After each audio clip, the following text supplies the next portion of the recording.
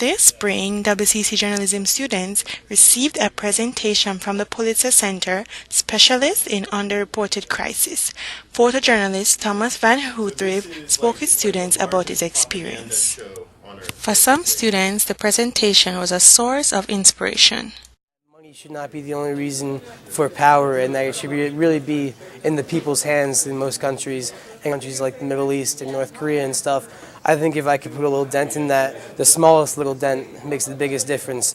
During a sit-down interview with editor-in-chief from the Viking News, Brian Ponte, Van Houthrif spoke about the dictatorship in North Korea.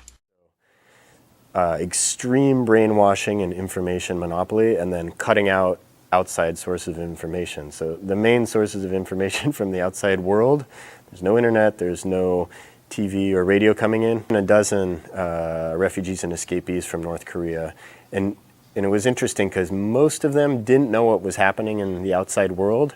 It was only when they got outside that they realized that they'd been like spoon-fed on this tightly controlled information their whole lives, and sort of like everything they learned sort of exploded and their world was turned upside down.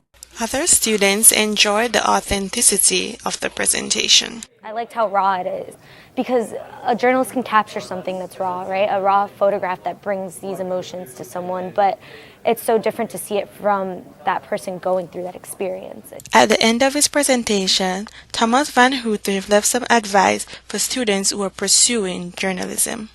Get people in media to trust you, and that can take a few years. Meet them in person, follow up, send them all of your new projects, tell them what you're working on and stuff like that, and they'll see your track record over time, and then when you have a great idea, you can go to those people, and there's a chance that they'll like go to bat for you and get a budget and stuff like that. This is Renae Morgan for WCC News.